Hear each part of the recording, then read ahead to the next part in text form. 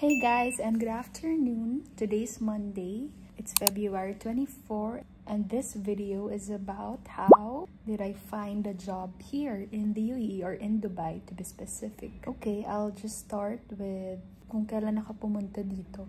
By the way, pumunta ako dito pa-end na ng July. 4th week ng July yun eh. That was super hot. So, summertime. Actually, nagpahinga muna ako. Mga 1 to 3 days, I think. Nag-start na akong maghanap ng work via online jobs. Like LinkedIn and then sa Indeed.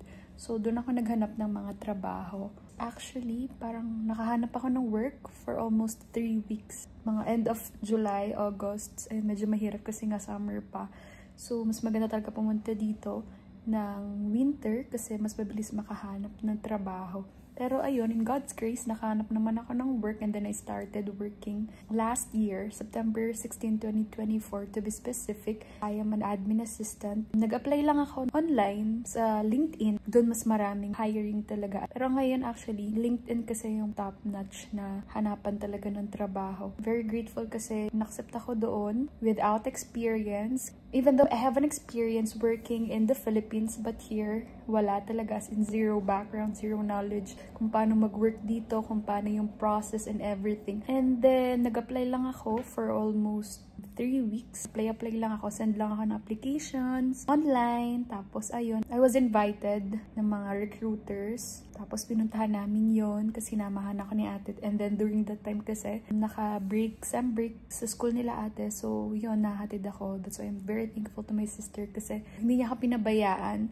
throughout my application process or period, even sa paghahanap ng bahay. So, I'm very thankful to my sister. Tapos, i-check nyo palang mabuti yung mga pina-applyan nyo kasi may mga scams din dito na job. Number 1, yung kapag magpapabayad yung company, red flag na yun agad.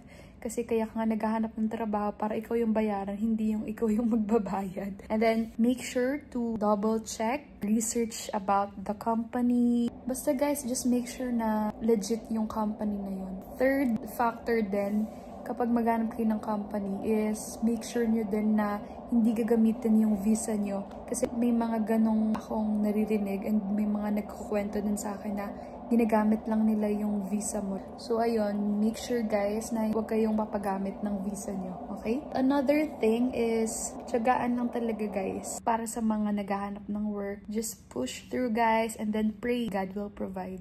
Ayun lang. Sana marami kayong natutunan from this video. I hope to see you on my next vlog. Bye guys!